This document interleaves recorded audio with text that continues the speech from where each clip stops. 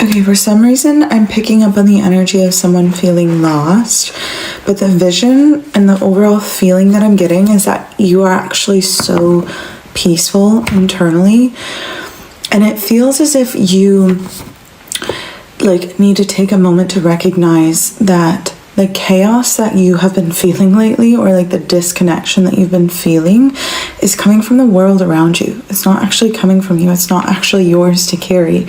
And you are allowed to put that weight down. You are allowed to separate yourself from whatever drama, whatever worries or anxieties that the rest of the world around you, and by the world I mean co-workers, friends, family, whatever it is, like, you are allowed to disconnect yourself from those energies and come back to your center, come back to your peace, come back to the realization that everything that you are working towards in life, everything that you are achieving in life, everything that you are going to achieve in your life, it's not attached to you.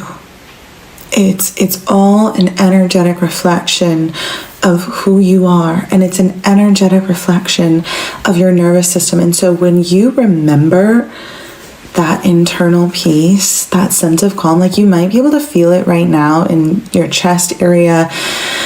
It just feels like you're taking a big breath or like a big yawn before bed. It just feels as if like the rest of the world goes quiet, and there's just openness in you. And that openness is room for expansion. That openness is exactly what is calling in your next levels of abundance, your higher levels of abundance. And I'm hearing God wants you to know that, one, you don't need to work so hard. You might be overworking yourself lately. You are invited to calm down with how much you are working. You are invited to take a step back. Your abundance isn't going anywhere. It's like literally resituating itself. It's refining itself. Bottom of the deck, 9 of Pentacles. Oh my God. I'm hearing multiplied, like your blessings are about to show up in your life multiplied. Like, you do not...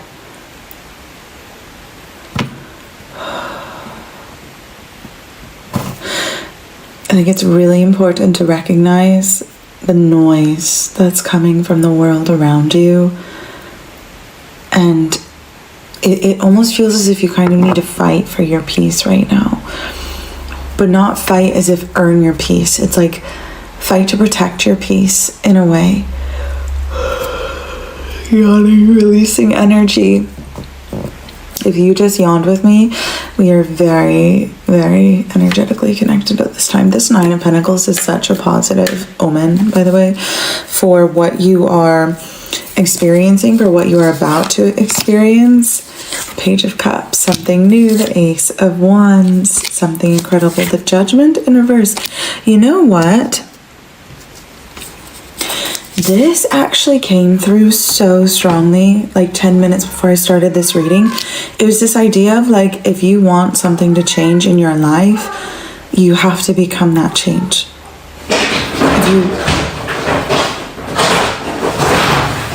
Hold on. I got Sammy and Sosa a new stimulation playpen, and they are really enjoying it. Yeah, this judgment energy coming through is kind of like saying basically your blessings are on the other side of you realizing that every day you need to choose your higher self. Every day you need to choose the embodiment of the person that you know you are meant to be. And I feel like you have been kind of in this energy of feeling as if you are losing a battle of some kind, or just like feeling a little pulled outside of your energy, or like you're not really sure what direction to take. But that's like what's really weird here is because I feel like everything is like perfectly aligning for you to continue to put one foot in front of the other and move towards your goals, move towards your higher levels of success. Angels, just one card to clarify this forward movement and what is coming in for you. Okay, well, we have 2 cards. So the first one being 6 of Pentacles.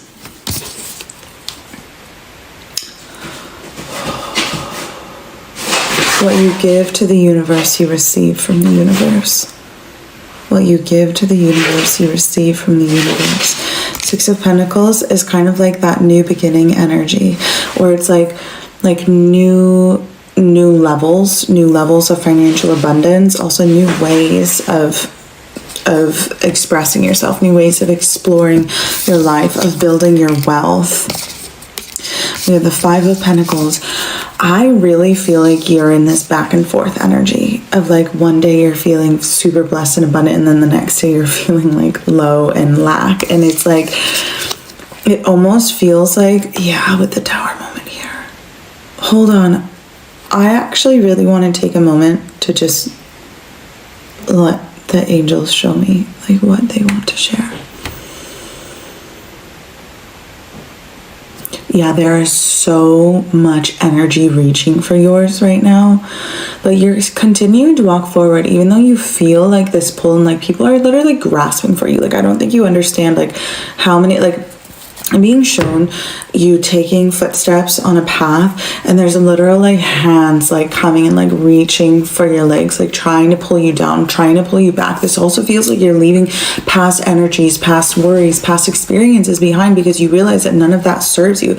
Like, none of this energy is serving you. It's just like, wait, but you're still moving forward. You know what? You are in a period of integration, and I think that's why this feels so odd, is because you are moving forward and you're releasing so much. It literally feels like you're moving through your shadows, like your valley of death kind of thing. Like you're moving past so many shadows. And here's what's really interesting about this vision. I don't see a light. I don't see a light at the end of this tunnel. I just see pure black darkness, like pitch black darkness. And the reason why this is so interesting to me is because I see you as the light, and you are radiating like the brightest, most powerful. I'm seeing orange and yellow gold energy, and it is flowing off of you as if you are quite literally a flame in this darkness. And that is why these shadows are reaching for you. But that is why they have no grasp, they have no pull, they have no control, because there's nothing for them to grasp onto. Like, the way that you are moving forward, it's as if like your flame not only lights the way forward, but also burns the past behind you. This is insane. Like, you are no longer the same person. Like, you are becoming unrecognizable in this world.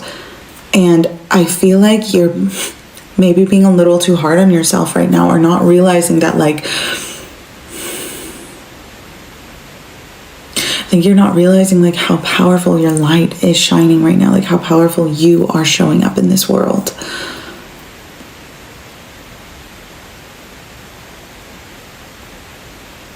And I'm seeing God is about to like redirect you, or like take you a direction. It's just kind of like saying like, come this way. And you listen and you follow, and it's like you're moving forward consistently. And you're trusting, you're having faith. And what's up and coming for you, I'm hearing, is a clearing. It's literally a clearing. It's like a new world and a clearing. And it doesn't feel like anyone's tapped into this world before. Like, it feels like you're about to be shown something that the rest of the world does not have access to. And like, you are meant to bring access to this for the rest of the world. This feels quite significant because it's like a very healing place is what's coming through. Dear soul, if these words have stirred something deep within your heart, don't let this moment slip away. Perhaps this message was never just another video for you.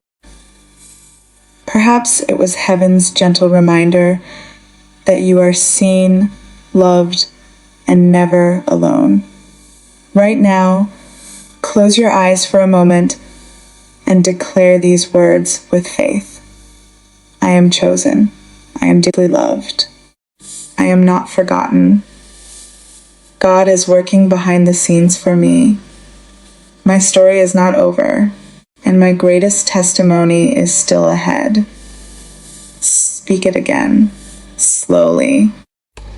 Let every word sink into the deepest places of your soul, until fear begins to fade, hope begins to rise, and your heart remembers who you truly are. No matter what you've been facing, God has not abandoned you. Every tear has been seen. Every silent prayer has been heard. Every season of waiting has a purpose. Even when you cannot see his hand, you can trust his heart. Your breakthrough is closer than you think.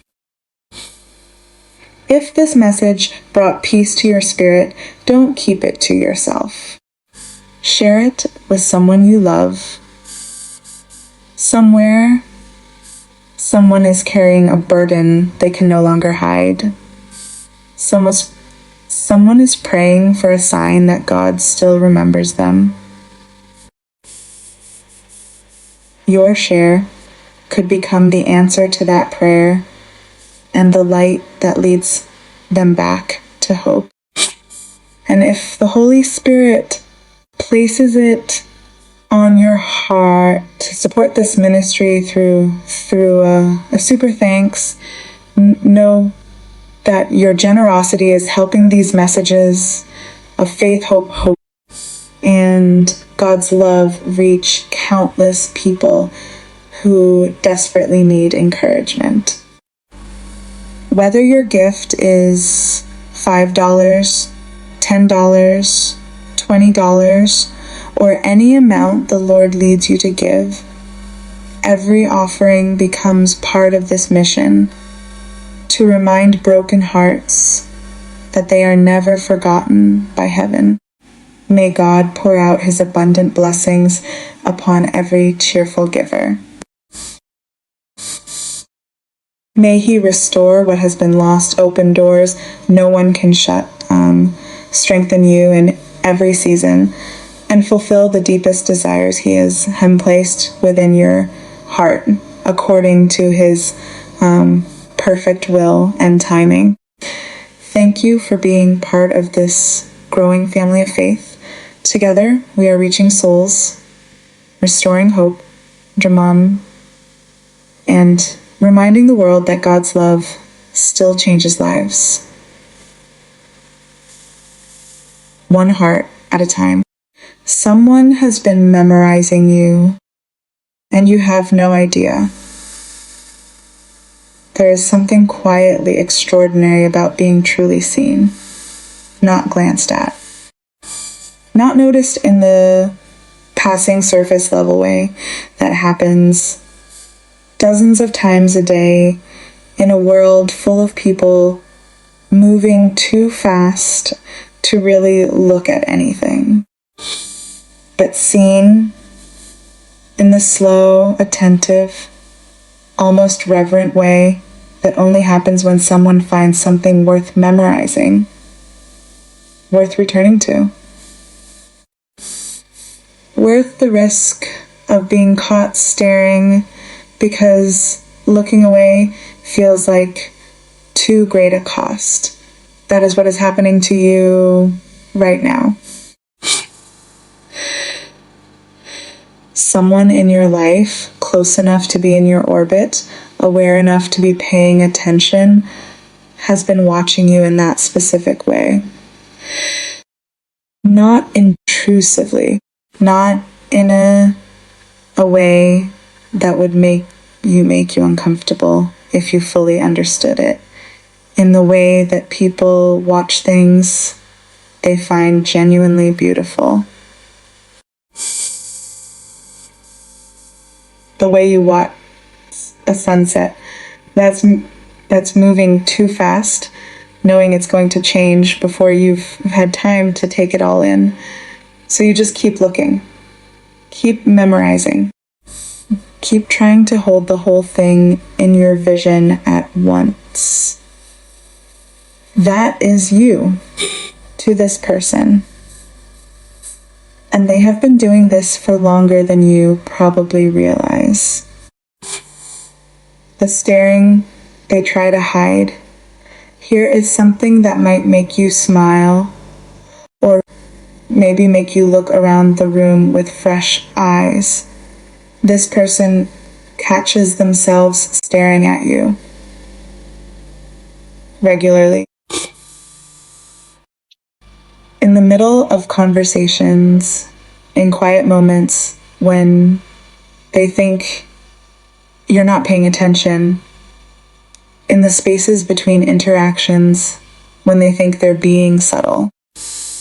And then they realize, sometimes a beat too late, that they've been doing it again, that their eyes have found you without conscious instruction and simply stayed there, drinking in whatever you're doing in that moment.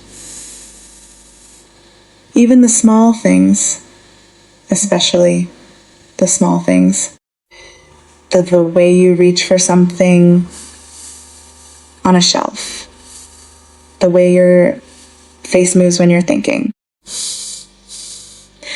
the way you settle into a chair, the particular arrangement of your body when you're comfortable and unguarded. They notice all of it. Not because they're cataloging you, but because every ordinary thing you do somehow manages to be interesting to them in a way that ordinary things simply are not when done by anyone else.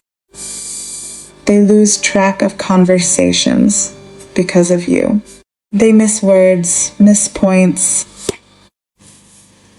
miss the thread of what's being discussed because something you did with your hands or something in the way you smiled pulled their attention completely away from whatever was happening and redirected it entirely toward you.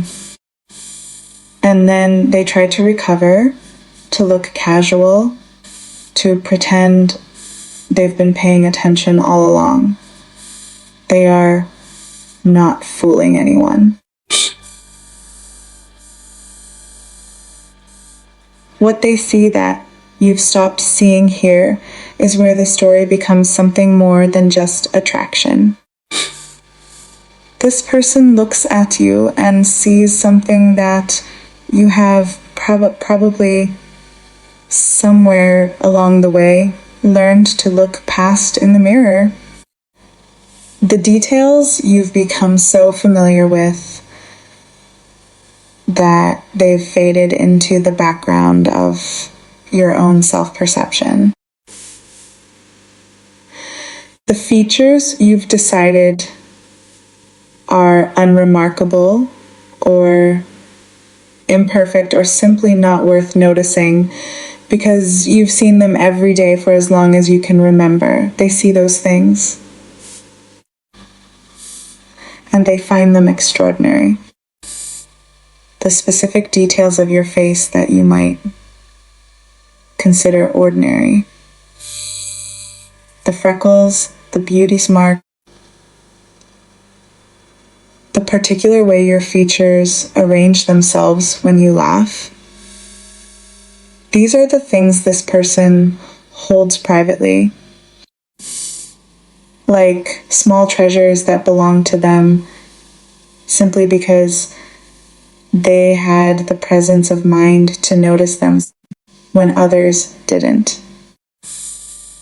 Your height, your weight, the shape of your body exactly as it currently exists, not as it might be someday, not as it was once, but right now, in its current and complete form, is something they find themselves genuinely, quietly amazed by. There is no version of you they are waiting for, no improved edition they're holding out for. The version that exists today, imperfect, authentic, real, is the version they are infatuated with. And that, if you let yourself receive it fully, is one of the most disarming things another person can offer you. The moment you weren't even trying. There's a particular scene from the film, As Good as It Gets, that captures something true about this. An artist is trying to paint a model. The model is giving everything, posing, adjusting, trying to be the most visually compelling version of themselves they can manufacture. And the artist is frustrated, looking for something he can't quite find in all that effort. In a moment when the model stops trying, when they exhale and simply exist in the space without performance, the artist freezes. There, that's the moment. That's what he's been looking for, not the posed version, the real one. This person experiences you that way.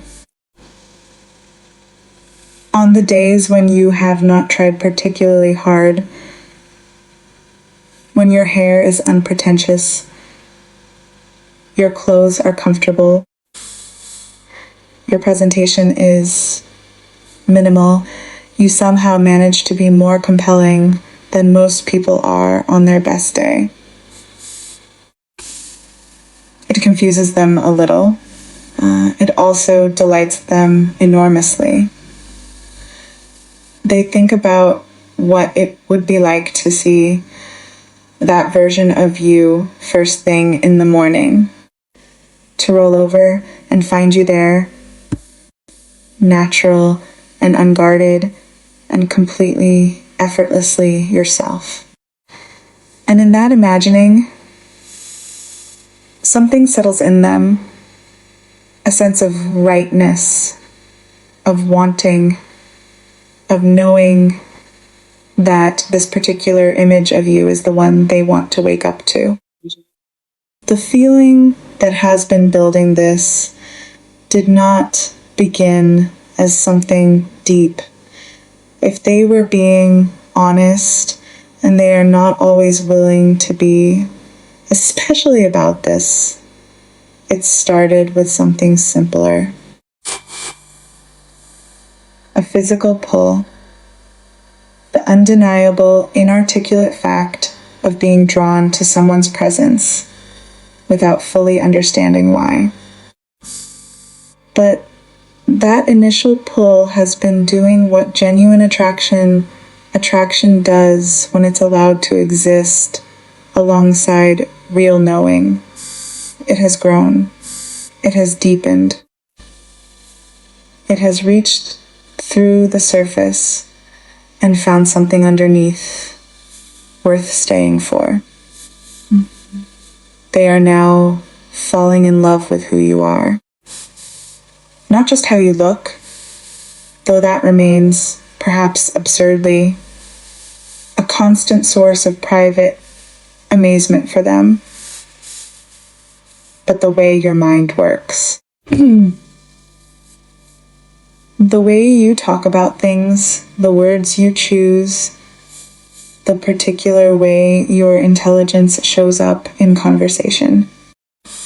Your emotional expressiveness, the fact that you don't hide what you feel, that your face and your words and your energy are all moving in the same direction at the same time.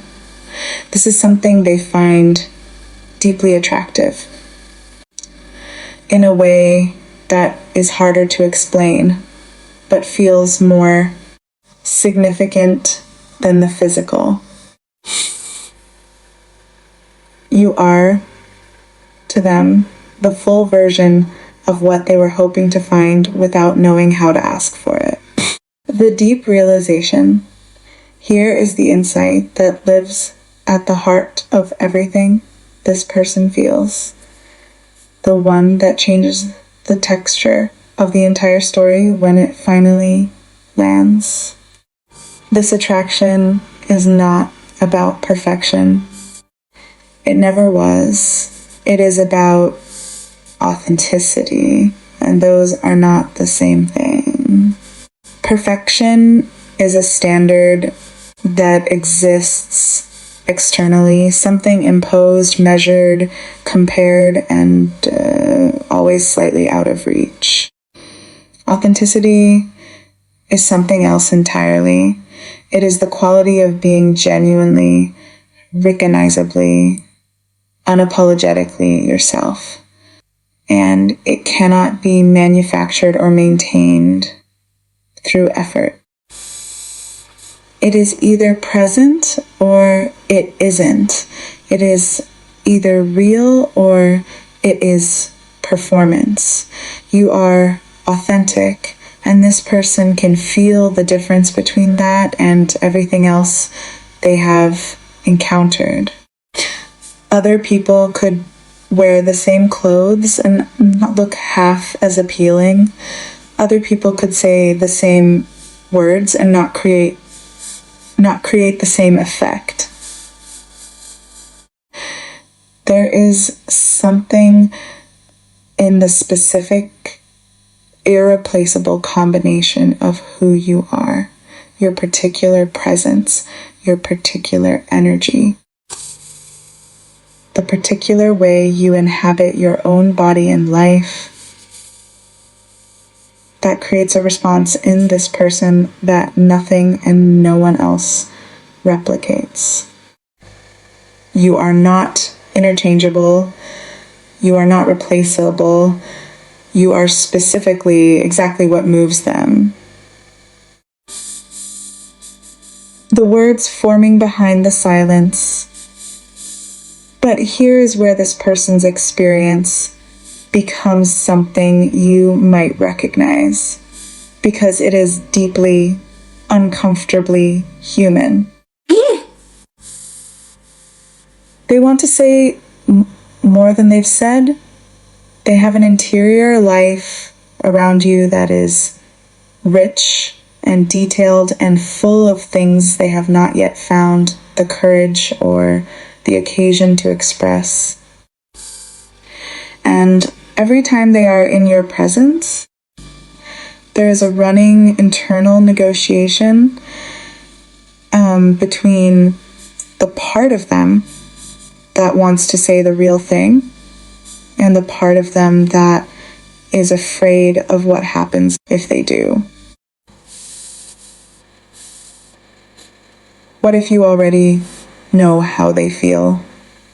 What if you've caught the staring, felt the weight of their attention, and it has made you uncomfortable rather than curious? What if saying the thing out loud makes it too real, too exposed, too vulnerable, in a way that can't be taken back if it goes wrong? So instead, they say something safe. Something that stays on the surface.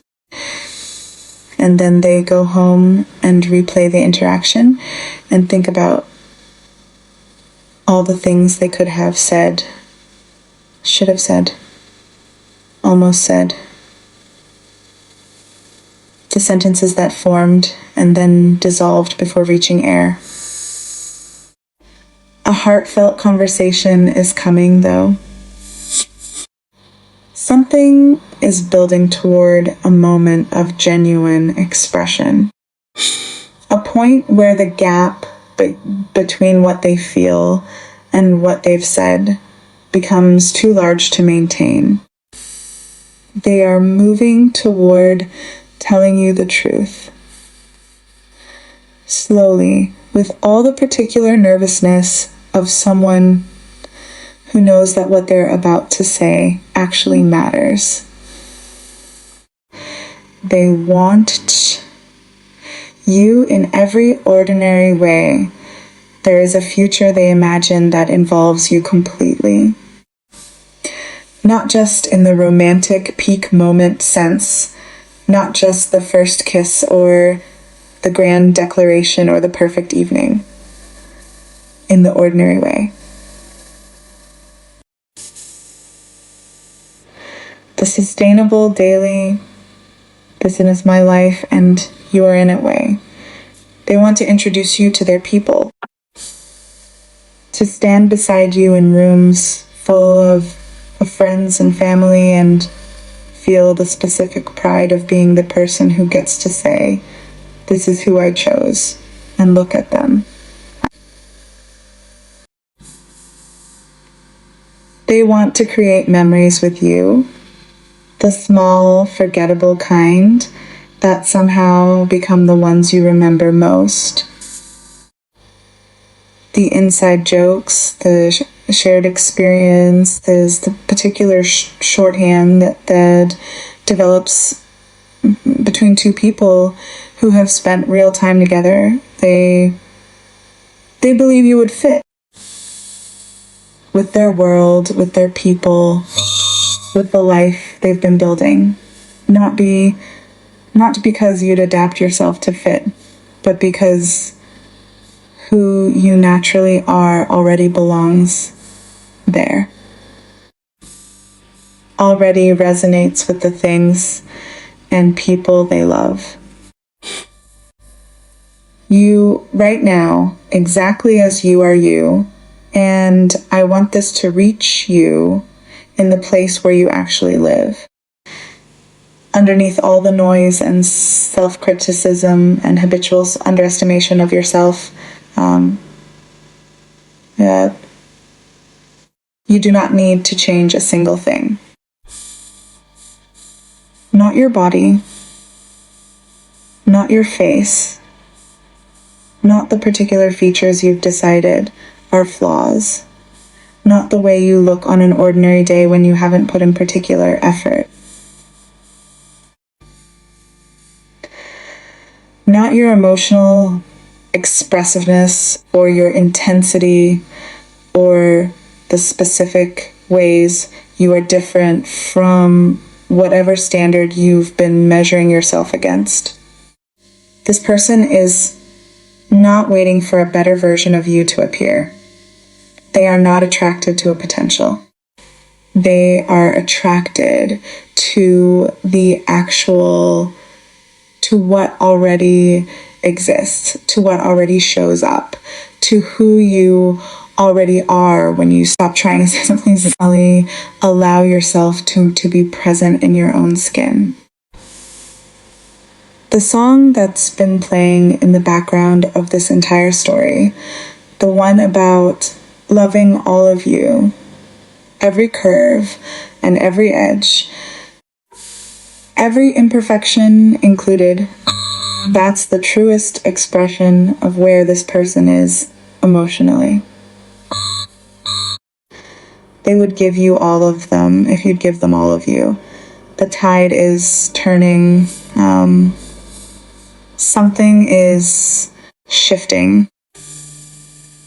The energy that has been building between you quietly, consistently, beneath the surface of whatever you've actually said and done together is reaching a point of expression.